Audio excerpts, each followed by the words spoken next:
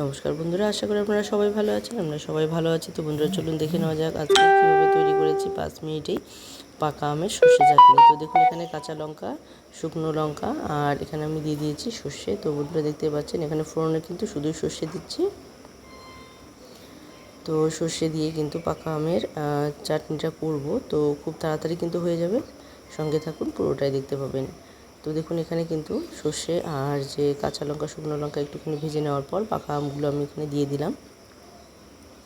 তো পাকা আমগুলো দেওয়ার পর কিন্তু আমি সঙ্গে সঙ্গে কিন্তু লবণ দেবো না, এগুলোকে ভালো করে একটুখানি নেড়েচেড়ে ভেজে নেব, কারণ লবণ দিলেই কিন্তু জল বেরিয়ে পড়বে আর ভাজাটা কিন্তু ভালো হবে না। যদি ভাজাটা ভালো না হয় তাহলে কিন্তু এই আমের চাটনিটা কিন্তু টেস্টি হবে না। তো বন্ধুরা অবশ্যই চেষ্টা করবেন লবণ দেওয়ার আগে একটু ভালো করে ভেজে নিতে। তো দেখুন এখানে ভালো করে ভেজে নেওয়াতে কিন্তু অনেকটাই গলে গেছে এমনিতেই। তো দেখুন এখন আমি দিয়ে দিলাম স্বাদ মতো লবণ। তো লবণটাও কিন্তু আপনাদের আমের উপরেই নির্ভর করবে যে আমটা কি টক নাকি মিষ্টি, তার উপরে। তো এটা আমাদের গাছেরই আম, তো এটা কিন্তু মোটামুটি মিষ্টি আছে। তো এখন আমি দিয়ে দিলাম হাফ চামচ পরিমাণ সর্ষে পাউডার।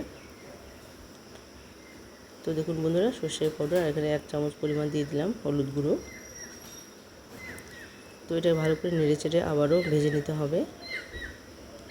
তো এখানে ভেজে নিতেই কিন্তু অনেকটাই কিন্তু আমগুলো গলে যাবে। তো বন্ধুরা দেখুন খুব সহজেই কিন্তু ঝটপট তৈরি করা যায় এই আমের চাটনি। এটা কিন্তু খেতেও বেশ মজাদার হয়। তো বন্ধুরা দেখুন এখানে কিন্তু পুরোপুরি এখন গলে গেছে, যে আমের আটিগুলো আছে সেই আটিগুলো কিন্তু গোটা গোটাই থাকবে। এখন আমি এখানে দিয়ে দিলাম চিনি। তো চিনিটাও কিন্তু আপনাদের উপরে নির্ভর করবে যে আম কতটা টক বা মিষ্টি, তার উপরে কিন্তু চিনিটা আপনারা টেস্ট করে তারপর কিন্তু দেবেন। দেওয়ার পর আবারও টেস্ট করবেন যে কতটা হয়েছে মিষ্টি। তো বন্ধুরা দেখুন এখানে কিন্তু আমি যা মিষ্টি দিয়েছি, চিনি দিয়েছি, একদম কিন্তু পারফেক্ট হয়েছে। আমি কিন্তু আন্দাজ মতোই দিয়েছি। তো বন্ধুরা দেখুন এখন কিন্তু পুরোপুরি হয়ে গেছে, আমি নামিয়ে নিয়েছি। কতটা লোভনীয় হয়েছে। তো ঝটপট দেখুন 5 মিনিটে কিন্তু তৈরি হয়ে গেল এই পাকা আমের চাটনি। এটা খেতে কিন্তু ভীষণই মজাদার হয়েছে। তো যে সমস্ত বন্ধুরা আজকে প্রথম দেখছে, যারা এখনও বন্ধু হয়নি তারা অবশ্যই বন্ধু হয়ে পাশে থাকবে। আর পুরনো বন্ধুদের জন্য রইল অনেক অনেক ভালোবাসা। তো বন্ধুরা আজকে এখানে শেষ করে দিচ্ছি, আবারও চলে আসবো নতুন কোনো রেসিপি নিয়ে। ততক্ষণ সবাই ভালো থাকবেন, সুস্থ থাকবেন। বাই।